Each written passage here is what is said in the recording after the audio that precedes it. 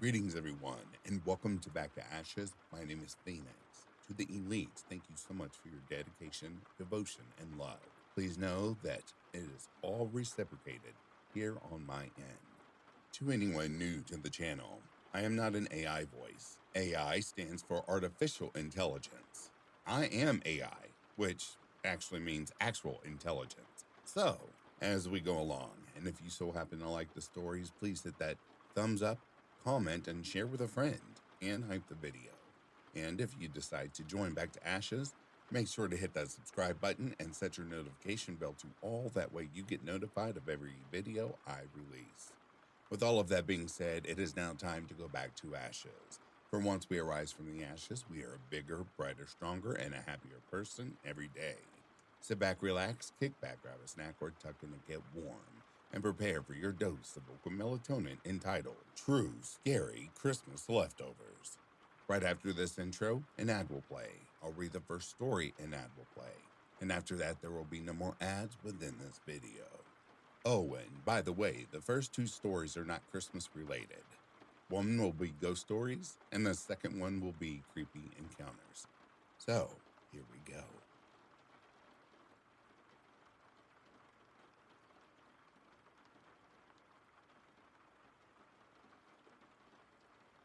I've never touched an Ouija board myself, and after hearing this story, I never will. This was told to me by my aunt, and it happened when my mom, aunts, and uncles were kids, back when they all lived in an old complex in Utah. The building was already old. Both sides of the duplex shared a basement, and in that basement was a crawl space that connected the two units. It was low, dark, and dirt floored, supported by thick wooden beams. My grandma had cleaned it out so the kids would have a place to play, and they spent a lot of time down there, using their imaginations and treating it like their own hidden world. One day, while digging around near the back of the crawl space, they uncovered something buried in the dirt, a Ouija board. None of them knew where it came from.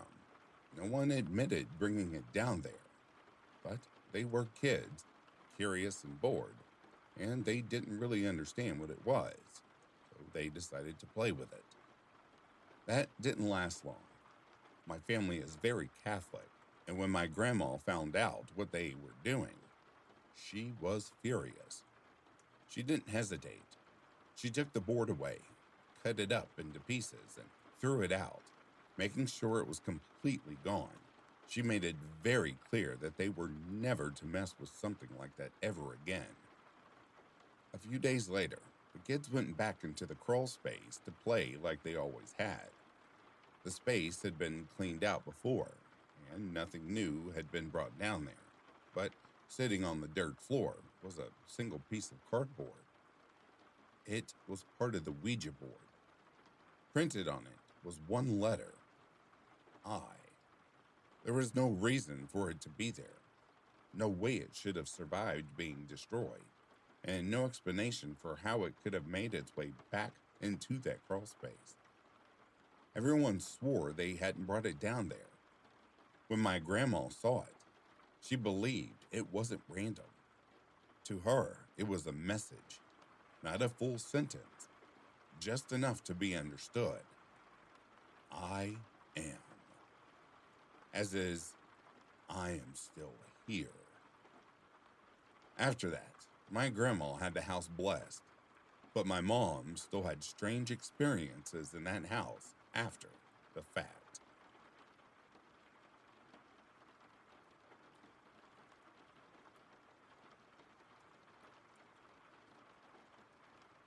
I was 21 when this happened. I usually take the same route back home after college, and though I do hear random guys whistle or try to engage with me on my way, I was never really especially concerned. I usually brushed it off. There's a bit of context, that way it paints a better picture. I'm a very naive looking person, if that makes sense. Can't help it, and an introvert. I learned to accept it, but I'm also super paranoid, thankfully. always the reason why I say all that is because I believe that this trait might have had something to do with these encounters, and especially the ones that I'm telling you about today. So, I had a particular dress I used to wear at that time. It legit made me look like a teenager. I'm not gonna lie. Very, very modest looking too. Bear with me. And where I live, some adults see no issue in hanging out with teenage girls, nor that I ever did, just for context. So I get off the cab that day. From there, I have no choice but to walk a relatively long distance to get home. On my way, I feel like a car is slowing down behind me, slowly going the same direction. But didn't think anything of it until that guy started honking at me.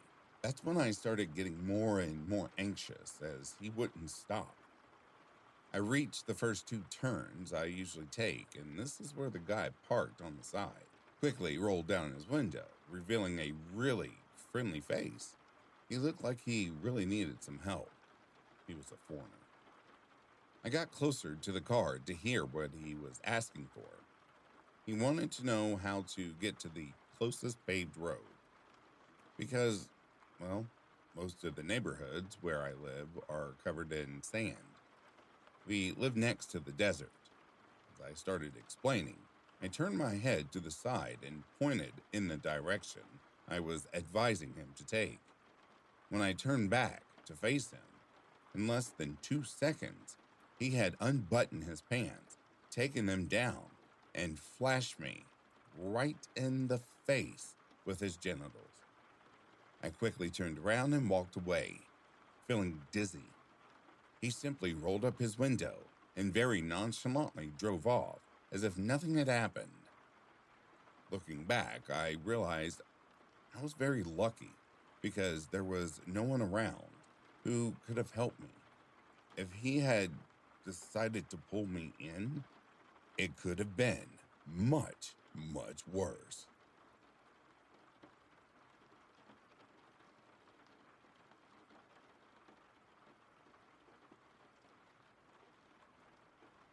My brother Kieran and I booked a small cabin in upstate New York, roughly 10 minutes from the little town of Westville.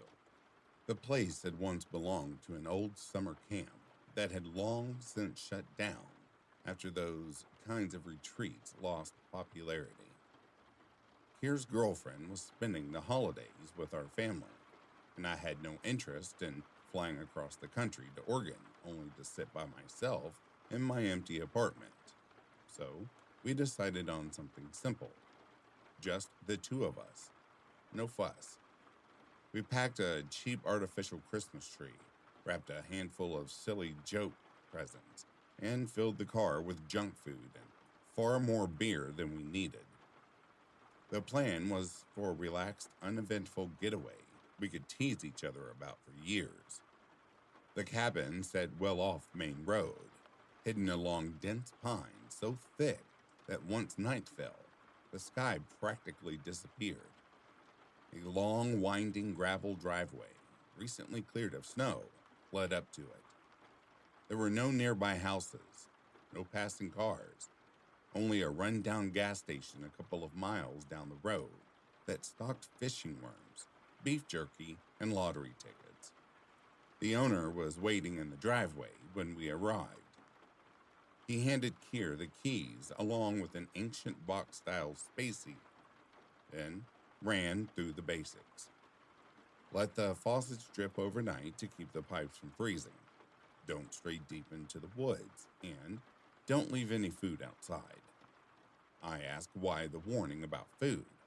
He muttered, "Coyotes," without glancing up from the lockbox he was messing with, then got into his truck and left. The first night passed without incident, chilly but manageable. We decorated the plastic tree, piled our pathetic stack of gifts beneath it, and started drinking. The Wi-Fi was basically non-existent, and there was no television, so we alternated playing songs from my phone and struggled to get a fire started in the pit behind the cabin. It actually felt pretty good. On the second night, it snowed lightly, just enough to blanket everything and hush the world outside. We mixed hot chocolate with an irresponsible amount of whiskey, hauled a couple of chairs out to the fire pit, and streamed a Christmas movie on my laptop. Halfway through, I went to fetch more logs from the stack by the shed. That's when I caught movement by the edge of the tree line. Something quick, slipping out of sight behind a trunk before I could focus on it. It didn't look human, exactly, but it didn't look like an animal either. I aimed my flashlight in that direction. Nothing. I took a few cautious steps in the snow, boots crunching loudly, but the ground was pristine. No tracks anywhere, even though the fresh powder should have shown anything that passed through. Back inside, I mentioned it to Kier. He brushed it off with a laugh, telling me I was psyching myself out. Classic older brother move. I didn't push it, but I kept finding myself glancing at the windows. The next morning, while we were brewing coffee, I spotted marks on the back door. Several long, narrow scratches running vertically down the wood. They weren't deep, but they were straight and even, as if something had dragged claws or fingers slowly from top to bottom. Kier insisted it was probably a raccoon or possum. I've slept plenty of time outdoors. I know what those animals leave behind. These marks started too high and were too uniform. Nothing on four legs makes scratches like that, unless it's rearing up on its hind legs. We bickered about it briefly, then the power cut out. The cabin plunged into darkness, and the temperature dropped fast. The little space heater died almost immediately, and the baseboard units had never worked anyway. We waited a few hours, hoping it would come back on. It didn't. Kier finally volunteered to drive into town for a kerosene heater or whatever supplies he could find. I said I'd stay and keep the faucets running ever so often. I watched his taillights vanish down the driveway and felt an odd wave of calm, like maybe I'd been overreacting and now I could just relax alone for a bit. That feeling didn't last long. About an hour later, when I stepped out for more firewood, I saw them. Barefoot human prints circling the entire cabin, pressed deep into the snow. No shoes, no tread pattern, just smooth, clear impressions of soles and toes. They hugged the walls, passed right under my bedroom window, continued around back, and then abruptly ended near a tree, maybe 20 feet from the porch. No outgoing trail, no signs of where they'd come from. I circled the house twice, checked the shed, scanned the woods. Everything was unnaturally quiet. No birds, no wind, nothing. When Kier returned, I showed him the prints, although the sun had softened them a little bit by then. He examined them, nodded slowly, then gave me that strained half smile that said he wasn't in the mood to fight, but also wasn't buying it. He suggested the isolation was getting to me. That night, I hardly slept. Christmas Eve brought the power back. We both pretended everything was normal. Threw together a simple dinner, exchanged one gift each, and watched Home Alone on my laptop again. Kier went to bed early. I stayed up texting a friend back home, flipping through old photos, finally starting to unwind. Then came the tapping. Soft, deliberate knocks on the glass. First one window, then another, then closer to the door. Light and steady, like knuckles rapping politely and The windows were steamed up from the heater, so I couldn't see outside. I froze and waited. It stopped. After half a minute, I eased the front door open a crack. Nothing there, but fresh barefoot prints in the snow, smaller this time, maybe a child's size, leading straight from the woods to the porch and then retreating the same way. I dragged a kitchen chair over and wedged it under the bedroom doorknob that night. It felt ridiculous, but leaving it unbarricaded felt worse. Around 3 in the morning, I woke to a gentle brushing sound against my window. Slow, like a palm sliding across the pane. I didn't look. I just laid there, counting breaths until it faded. Christmas morning, I stepped into the living room and found the front door standing wide open. Kira was outside in the snow, barefoot, staring toward the trees. He didn't answer when I called his name. His fingers and toes had gone pale and bluish from the cold. I rushed out, hauled him inside, wrapped him in every blanket we had, sat him next to the heater, and brought him warm water. He was silent for a good 20 minutes. Then he murmured, almost too quiet to hear, "I thought I heard you calling me." He said he looked out the window and seen a child near the woods, waving at him. That was the last thing he remembered. I told him to pack his things. We were leaving. We drove out that afternoon, without bothering to open the rest of the presents.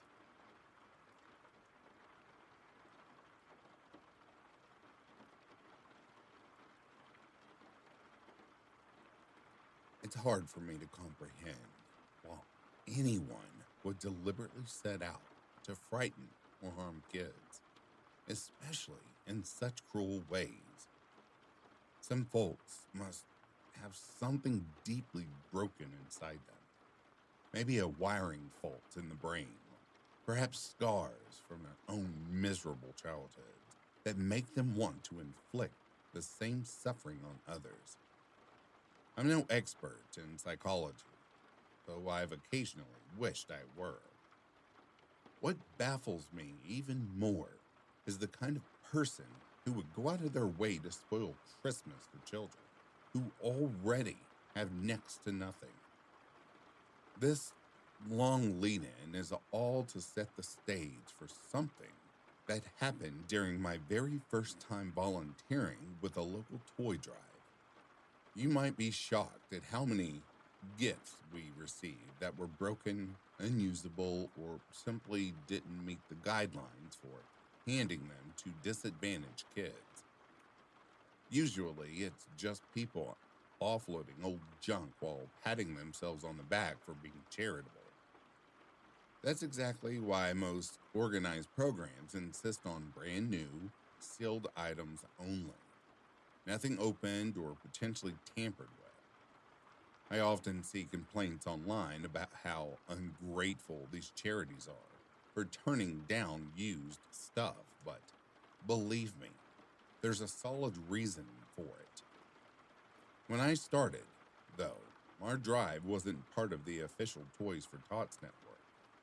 It was a rushed, small-scale effort cooked up by town leaders, mainly the mayor, who happened to be facing re-election the following year. Everything felt makeshift and poorly planned. We accepted secondhand toys, even unsealed ones, and, looking back, the biggest mistake was letting people drop off gifts already wrapped and ready to go under the tree.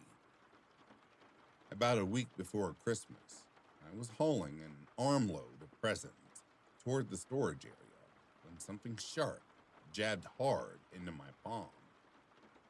I set the stack down and examined the culprit, a needle protruding from one corner of a wrapped box. My immediate gut reaction was confusion. Why on earth would a needle be inside of a child's gift? Only a split second later did panic kick in about possible infection. I carefully unwrapped it. Inside was a whole box of empty syringes, diabetic style insulin needles with their protective caps removed. Any child ripping into the package excitedly would almost certainly have gotten stabbed. One needle had poked clean through the cardboard and caught me instead. I alerted my supervisors right away. They urged me to head straight to the hospital for tests, since we had no idea what might be on those needles. I suspected they were clean and meant only to terrify or injure, but I agreed to go, just as soon as we'd inspected the rest of the pre-wrap donations. Quick spoiler, I was fine. Tests came back clear and the syringes were unused. We opened every single wrap gift that day. Four others shared the exact same wrapping paper as the syringe box. It was a common holiday pattern, so we crossed our fingers it was coincidence. It wasn't. Only one turned out to be harmless, a jigsaw puzzle from A Bug's Life. The rest were horrific, but I still hope and pray they all came from the same twisted individual. One was a copy of Shel Silverstein's The Giving Tree. The early pages looked normal, but someone had carefully glued explicit adult images over the original illustrations, graphic enough to seriously disturb or confuse any young child who opened it. Another was a doll that had been grotesquely altered and scribbled on in ways I won't describe. It was tucked back into its box and covered with a little blanket so the changes weren't visible at first glance. The worst, though, was a high-quality teddy bear that appeared perfectly innocent until a coworker spotted only stitching along its back. We didn't open it ourselves. Instead, we called the police and turned over all the suspicious items. Officers later confirmed the bear had been surgically modified to hold a medical blood bag filled with pig's blood. This all happened back in the 1990s, when surveillance cameras were rare and oversight was lax. We were heartbroken. Our small, earnest effort to just bring some joy to kids in a local orphanage had been poisoned by at least one person's deliberate malice. Donations had been modest to begin with. After discarding the tainted ones, what remained felt pitiful. We begged the mayor and town council to let us continue the next year with stricter rules. No pre-wrapped gifts, new and sealed items only. Instead, they decided the whole incident had tainted the program too much, and they shut it down permanently. Fortunately, other communities stepped up, and today there are proper, well-run Toys for Tots chapters with thorough vetting processes. If you've ever grumbled about how picky these drives are with donations, please think back to this story. There really are people out there whose twisted pleasure comes from wrecking the holidays for vulnerable children who already face enough hardships. I can only hope that someday, in this life or in the next, justice finds them.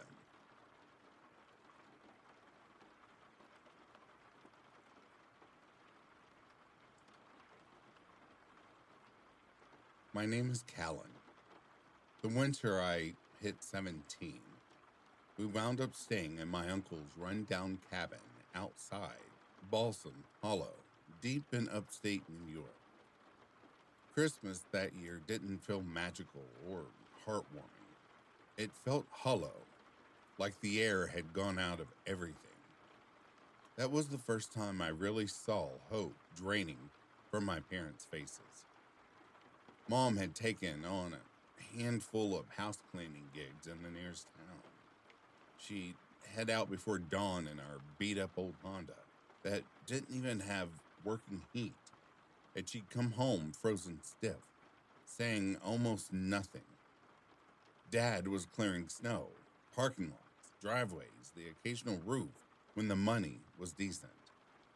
He'd stumble in with ice crusted in his beard, fingers trembling inside thick gloves. He used to own a small trucking outfit, two vans, a leased garage, and a steady roster of local clients he'd built up over half a decade. He hauled antiques, closeout merchandise, online sellers inventory, whatever paid. It was hard work, but it kept us afloat, and he came home tired, yet satisfied. Then diesel prices shot through the roof, and the whole thing collapsed fast. Clients vanished, the vans gathered dust, the bills kept coming. He fought to hold it together. Bank loans, maxed out cards, even money borrowed from my Uncle Vince, someone he hadn't talked to in ages. I still remember the evening he finally gave up. He just sat at the kitchen table with his face buried in his hands while Mom gazed out the window at nothing. By December, they hardly spoke to each other.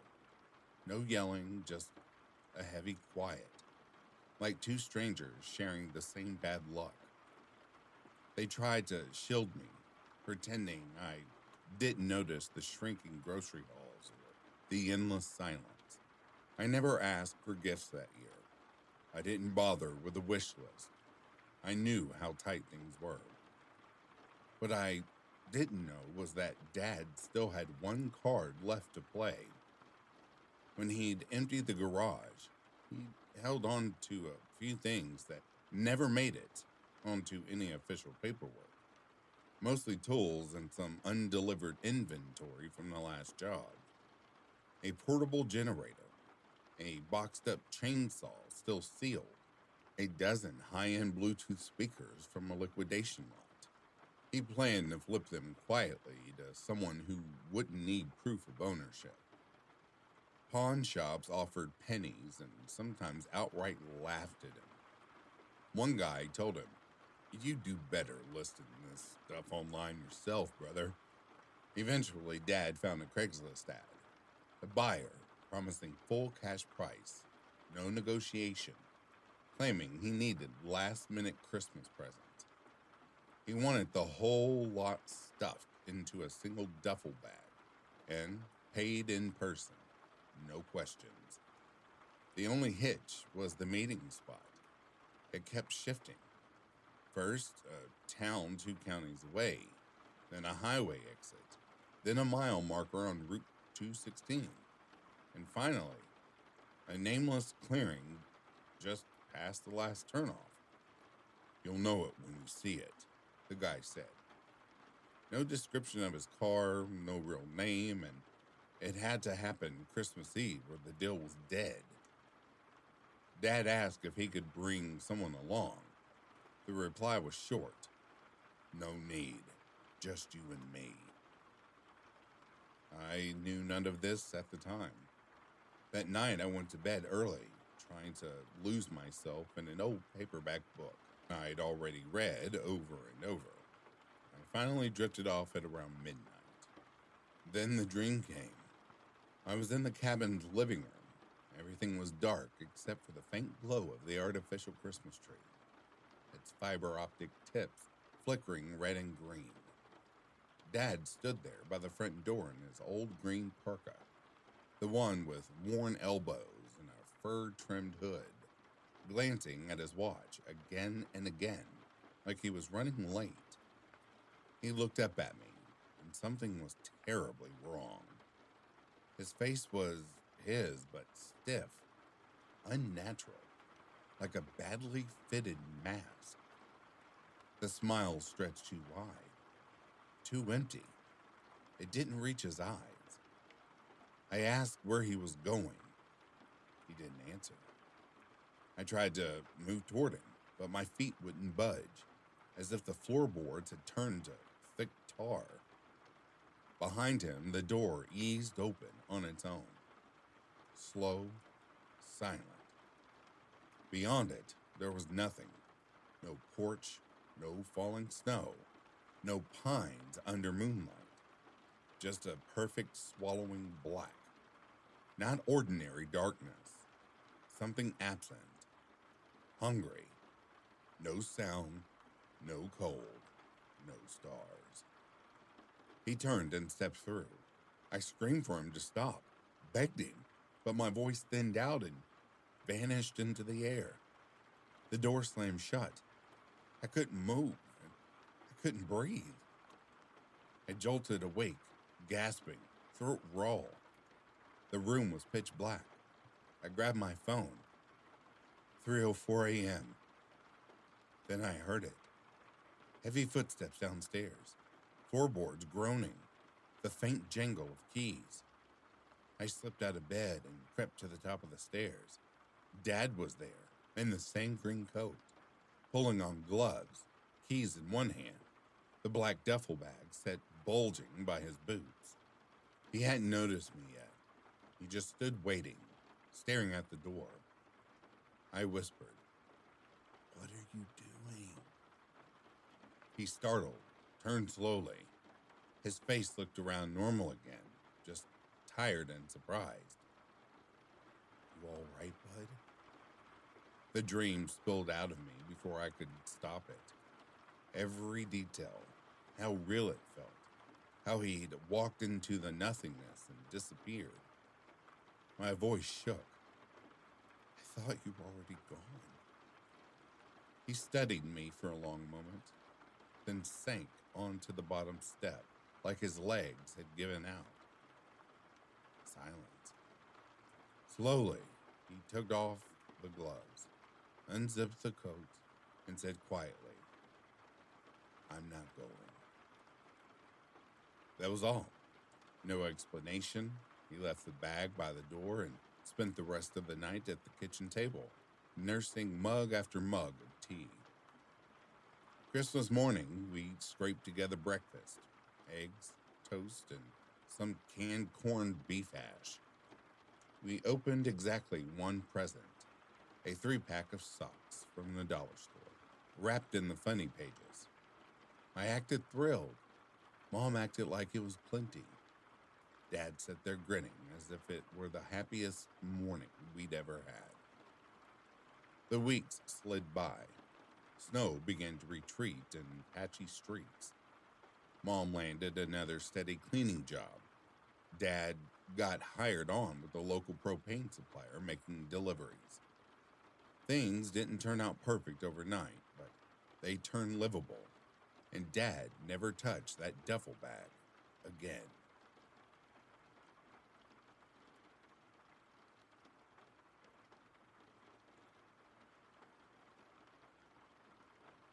Back when I first moved into the neighborhood, I wasn't exactly thrilled about having Ronnie as my next door neighbor.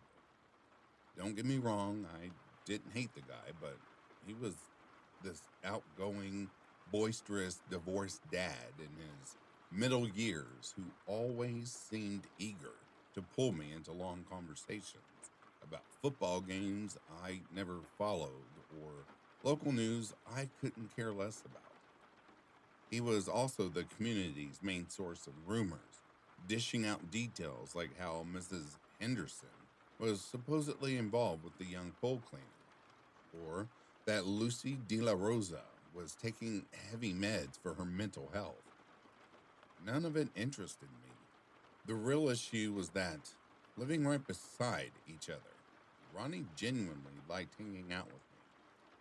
He positioned himself as the neighborhood's social organizer, throwing frequent backyard grills, planning progressive dinners, or inviting the guys over for film marathons in the custom home theater he built down in his basement. I have to admit, the theater setup was pretty impressive, and I don't mind those nights too much. But the barbecues and gatherings, I usually dragged myself there out of obligation. Being new to the area and recently divorced myself, I didn't have solid excuses to dodge his invitations, so I tolerated him as an unavoidable part of life.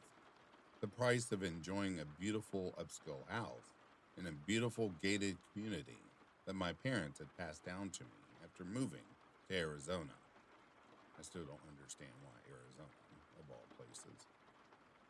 Ronnie had a way of doing everything on a grand scale, which often came across as over the top and intrusive. He'd dive into his latest home renovation projects at dawn, hammering away until late at night, creating far more racket than necessary. When his family visited, his grandchildren were equally energetic and noisy. He worked on most of his builds in the backyard shed that always made me think of that Tom Waits tune. What's he building there? Mm, No mystery here, though. Ronnie loved boasting about his creations and showing them off. Things like custom picnic tables, restored old armchairs, or thrift store art he'd reframed. Before long, we neighbors would find ourselves gifted these somewhat incomplete, roughly finished items he'd toiled over with endless clanging and banging. I feel a bit guilty painting Ronnie in such a negative light now. It makes me come off as pretty ungrateful. But to put it in perspective, he's sitting right here as I type this, nudging me to tell the full truth and admit what a grump I was. These days, Ronnie and I are inseparable, like family, even with our age difference of 2 decades. I care about him deeply, and it all changed because of one fateful Christmas several years back when he drove me nuts by blasting Paul McCartney's Simple Having a Wonderful Christmas Time over and over. Ronnie went to big on holidays, especially Halloween and Christmas. Starting October 1st, he transformed his yard into a haunted spectacle. Come December 1st, it was full on winter wonderland. Strings of lights everywhere, a massive Santa display on the roof, the works. Credit where it's due. His setups were spectacular, easily the neighborhood's annual standout. So impressive, in fact, that they routinely ignored HOA guidelines, and the association never complained. That's how popular he was. You have to be really cherished for them to overlook rule breaking like that. It was Christmas Eve, quiet across the community except for Ronnie's glowing animated lawn figures and twinkling lights. By then, I'd adapted, bought blackout shades, and stopped complaining at age 27. But around 11:18 p.m., loud Christmas tunes started pouring from his house. Just that one McCartney track, looping endlessly. I'd heard it 4 times already. No music earlier, maybe a private gathering? It seemed odd, even for enthusiastic Ronnie. On the fifth play, it got louder. Sixth, even more. By the ninth repeat of the party's on, the feeling's here, my walls were vibrating, and I was fuming. I was ready to march over and give him a piece of my mind, Christmas Eve or not. Lights flicked on in other homes. Shadows appeared at windows, watching his place. As I threw on my jacket and shoes, it looped again, cranked higher. No turning back. Time to confront him and any partygoers about this noise. Some people had morning plans. Our houses are angled, so I couldn't see his front porch from my windows. Stepping onto his lawn, I immediately knew something was wrong. One of his prized illuminated Santas was shattered, and the front door stood open. I considered grabbing my firearm from home, but urgency won out. Instead, I snatched an axe from his wood stack and headed inside.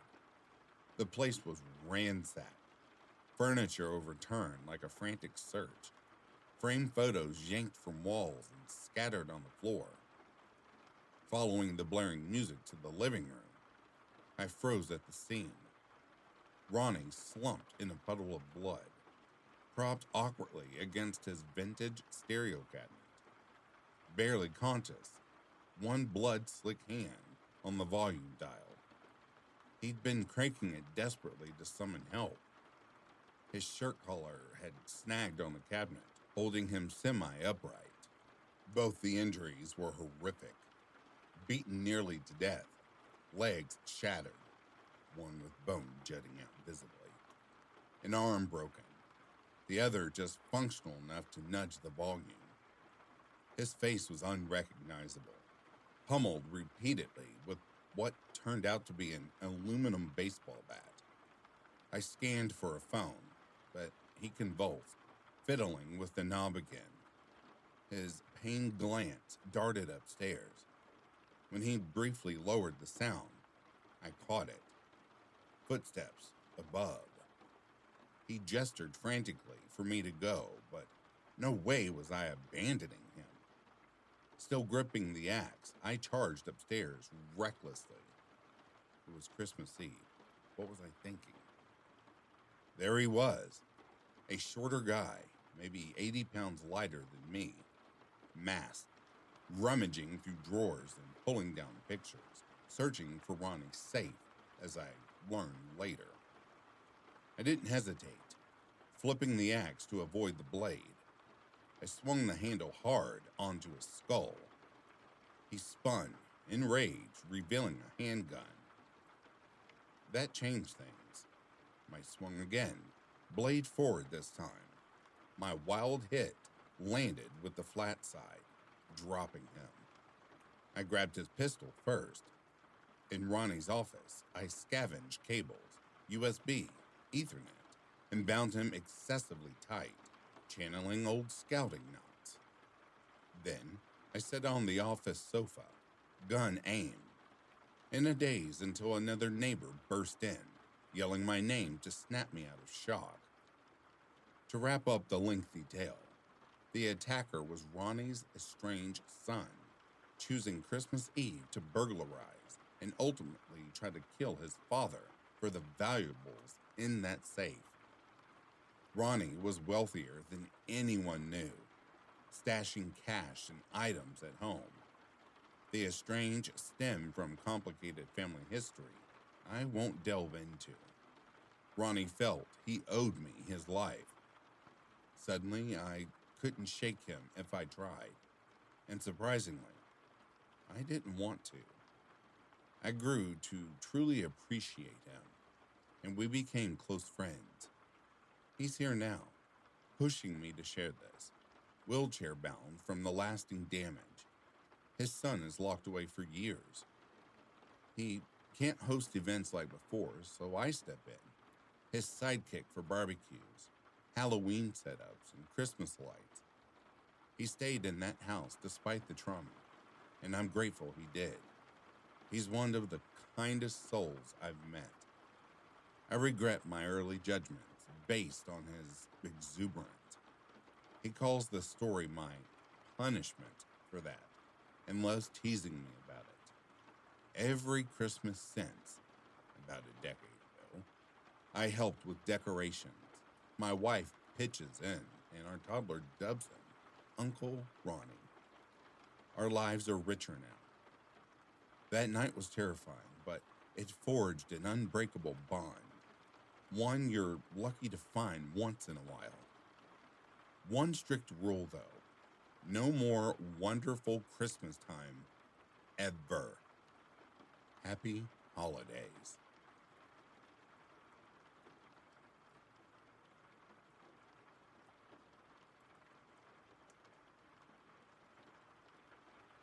I was pulling night shifts as the delivery supervisor for a large retail chain.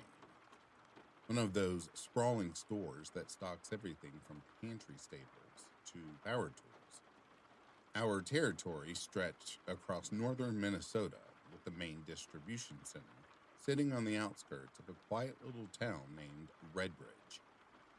By that point, nearly the entire team had already left for Christmas break. It didn't bother me, it happened every year.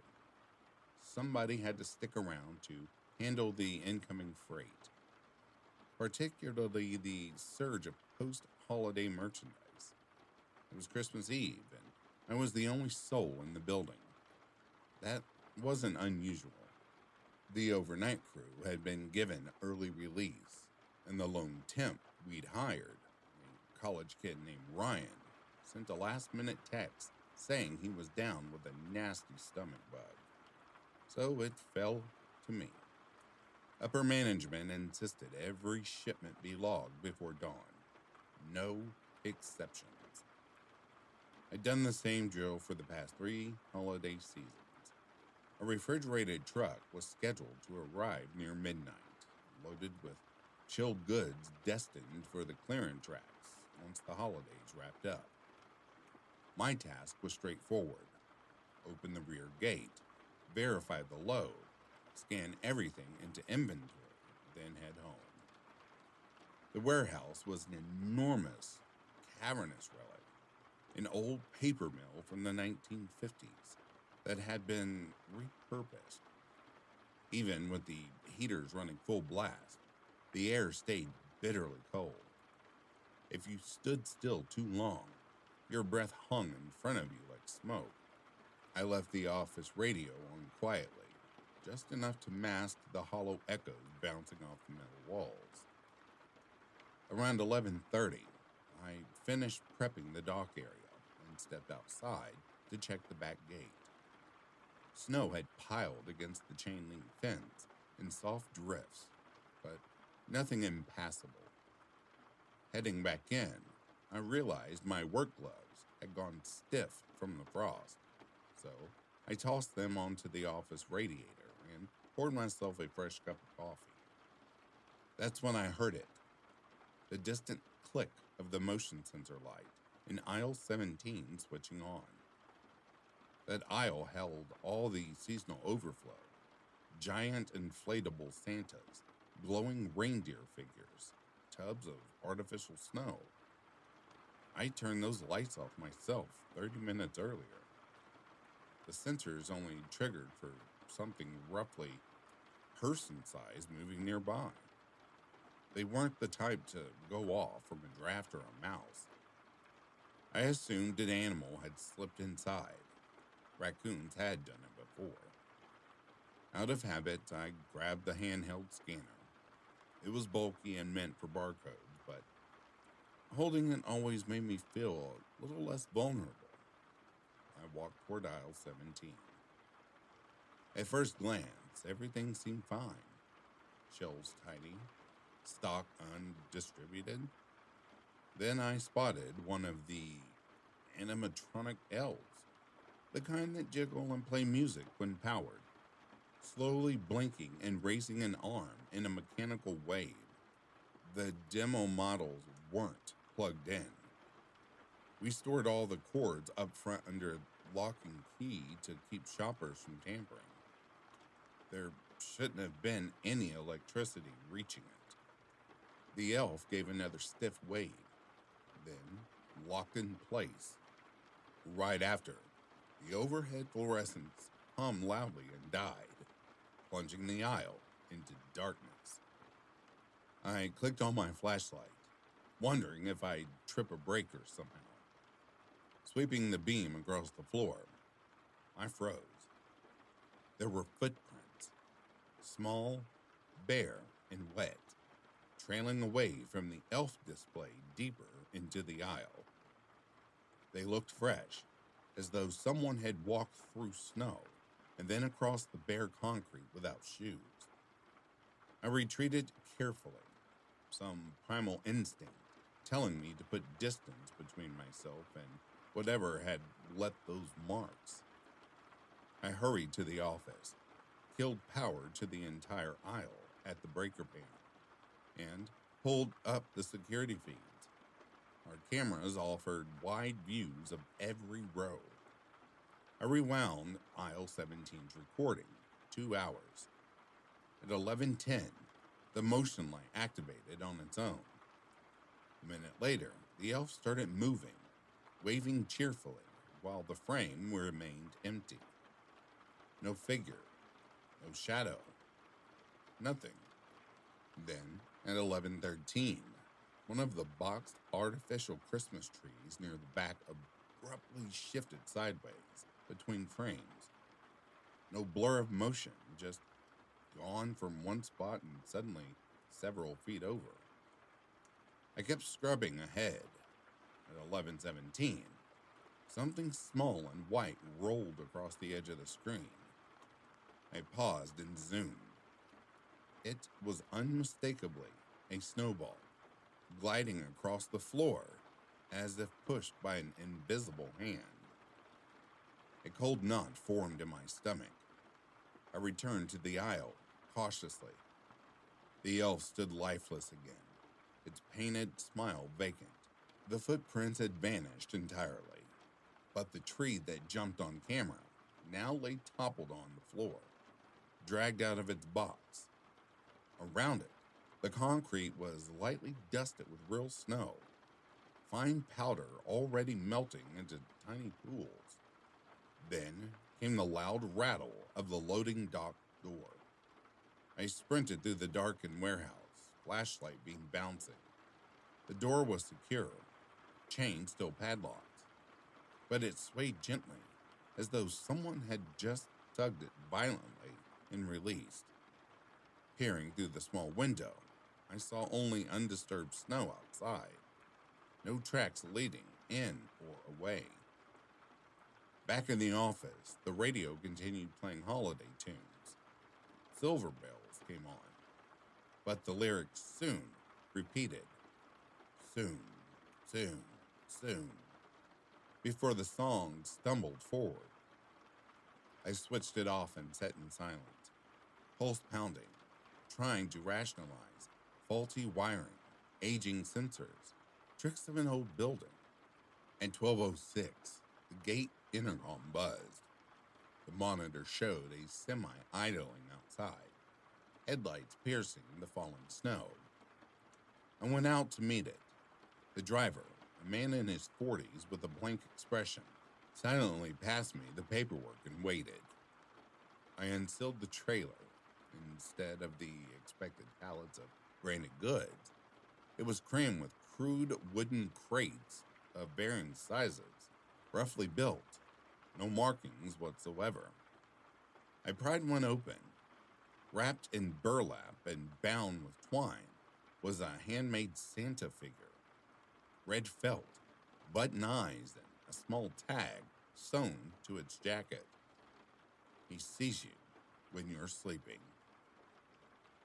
The manifest was nearly empty, just the scheduled time and my name typed as recipient. No shipper, no contents listed. I cracked another crate. Inside lay an elf doll, its eyes sewn shut with thick silver wire twisting across the face. When I looked back, the truck was already rolling away, taillights fading into the storm. I stood alone in the cold, staring at dozens of identical rough crates filled with homemade toys, each one slightly different, each one deeply unsettling. Inside, my cells showed full signal until I tried to call my supervisor. Then it plunged to nothing. The warehouse phone line was dead too. Suddenly, every motion light in the building flared to life simultaneously. Then, slowly, they began shutting off again, row by row, a deliberate wave sweeping from one end to the other. When the final light died, the radio snapped on by itself. No music this time, just breathing. Slow, heavy, uncomfortably close, as if someone held the microphone right to their mouth. That was all I could take. I snatched my keys and jacket, locked the office door, and walked out, leaving the crates, the manifest, the entire shipment untouched. I drove directly to my brother's house in West Maple, told him I needed a place to stay for a few days, and claimed I was simply burnt out from holiday shifts. I never explained the real reason. When the warehouse reopened on the 27th, I phoned HR, resigned effective immediately, and asked them to mail me my final paycheck.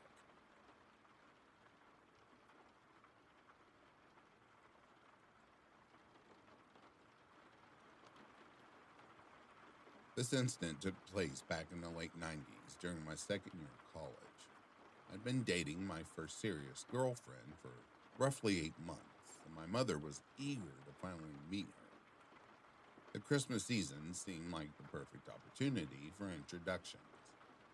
A week or so before Christmas, my mom's side of the family always hosted a big reunion at my uncle's house in Sandy, Oregon. Relatives from all around the Portland area would gather there every year.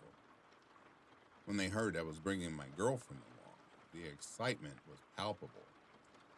I was a little anxious that my family might say something mortifying in front of her, but those worries turned out to be unnecessary.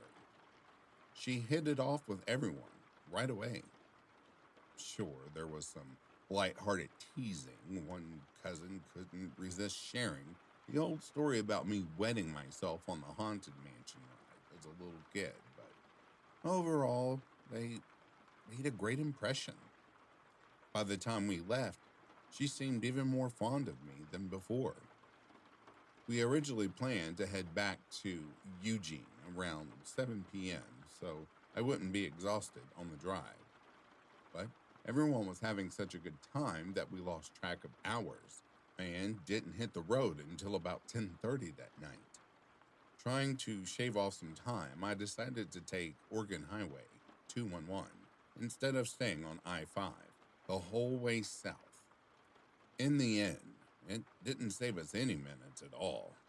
The route wound through miles of farmland and thick stands of pine forest, with long sections completely unlit except for whatever our headlights could reach. At times, it felt like we were driving through total blackness. I wasn't too concerned, though. I was confident with maps, and I knew once we rejoined I-5, a road I'd driven countless times, everything would be straightforward. We were both in great moods, laughing about some of my relatives' quirks until she raved about how much she liked them and how she looked forward to seeing them again. Then we reached a steep downhill stretch just before the bridge over Deep Creek. The forest on either side was incredibly dense, and there wasn't a single streetlight to be seen. My headlights only revealed the next 20 or 30 feet of pavement. Everything else was swallowed by darkness. We were chatting away, totally relaxed, when, right as the road began to flatten out, something shot across the front of the car. It happened so quickly that I slammed on the brakes to avoid hitting it, jerking us both forward hard enough to strain our necks. When we came to a stop, we were both breathless, asking each other, "Did you see that? What on earth was it?" There are plenty of deer in that part of Oregon, along with coyotes, but this thing was far too large for a coyote, and the way it moved didn't feel right for a deer either. It was too upright, too narrow.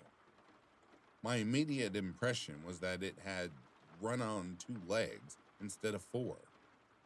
Looking back, what I did next was unbelievably reckless, but curiosity overrode common sense. I wanted to figure out what we'd almost hit. So I turned the car sideways, across the lane, aiming the headlights straight into the trees. Yes, incredibly dangerous. If another vehicle had come along, it would have ended badly. Growing up in the Pacific Northwest, I'd heard countless Bigfoot tales and though I never truly believed them, they'd always sparked my imagination. I wasn't seriously thinking Sasquatch, but some small part of me needed to check. I switched to high beams, climbed out, and stood on the empty highway, peering into the woods. For a minute or two, nothing happened. The forest was silent. Then a cold dread settled in my stomach, an overwhelming sense that something dangerous was watching me. Every cliche you've ever heard applied. Heart racing, hair standing up, a primal instinct screaming that I was prey. Without taking my eyes off the tree line, I started backing toward the car. Suddenly, the horn blared, a long, deafening honk that nearly stopped my heart. I spun around, half expecting my girlfriend had accidentally leaned on it while shifting in her seat. Yeah, she's done that before. But she was still on the passenger side, stretched across the console, deliberately pressing the horn with a look of pure panic on her face. I rushed back and asked her if she was all right. She didn't answer, just pointed frantically about 50 feet away, deeper into the beam of the headlights. That's when I saw him. Unmistakably the same figure that had darted in front of us minutes earlier. It was a man, but draped head to toe in animal hides, patches of deer, bear, maybe elk, all crudely stitched or tied together. On his head, somehow, fastened in place, was a rack of antlers. In that moment, with Christmas so close, the absurd phrase, reindeer man, popped into my head, as if he might be some bizarre holiday prankster. But there was nothing playful about him. I couldn't make out his eyes beneath whatever covered his face, but his mouth was visible, and it wasn't a smile. He was baring his teeth in a silent threat, the way an animal warns off intruders. Then he simply turned and melted back into the trees, vanishing completely. We wasted no time getting out of there, straightening the car and speeding toward I-5. It took a while for the adrenaline to fade. My girlfriend was especially rattled, and as we drove, she finally explained why. While I'd been standing outside scanning the forest, she'd caught movement in her side vision. The figure had been creeping toward me, slow, deliberate, the way a predator closing in on unaware prey. She'd been paralyzed with fear at first, but eventually forced herself to lean over and blast the horn. The sound made him pause and retreat slightly, just enough that he was still visible when I looked. When I got home, I searched online for any similar reports but found nothing. The Pacific Northwest has its share of reclusive survivalists, but most aren't this secretive. This guy seemed truly off the grid. I don't live in Oregon anymore, and that girlfriend and I eventually parted ways after college, but whenever I did drive that direction, while we were together, I always avoided that section of Highway 211. I've shared this story many times since, and some people dismiss it as fiction, a spooky yarn for around the campfire, but it's not fiction. It's a genuine warning. If you're driving around those dark, empty forest roads at night, especially around the holidays, stay alert. Keep moving. And whatever you do, don't stop. If my girlfriend hadn't been there to spot him approaching and scare him off with that horn, I might not be around today to share this story with you.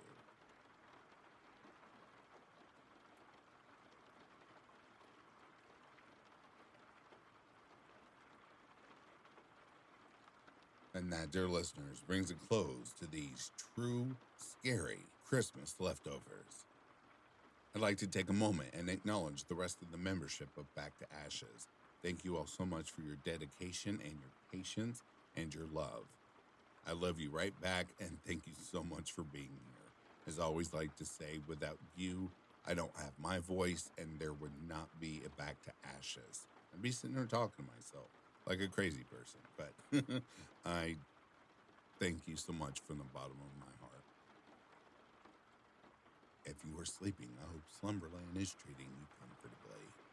If you're awake, I hope you've enjoyed this collection. Until next time, please stay vigilant and please look after yourselves. Have yourselves a good morning, a good afternoon, or a good evening. Peace, love, and light to you all.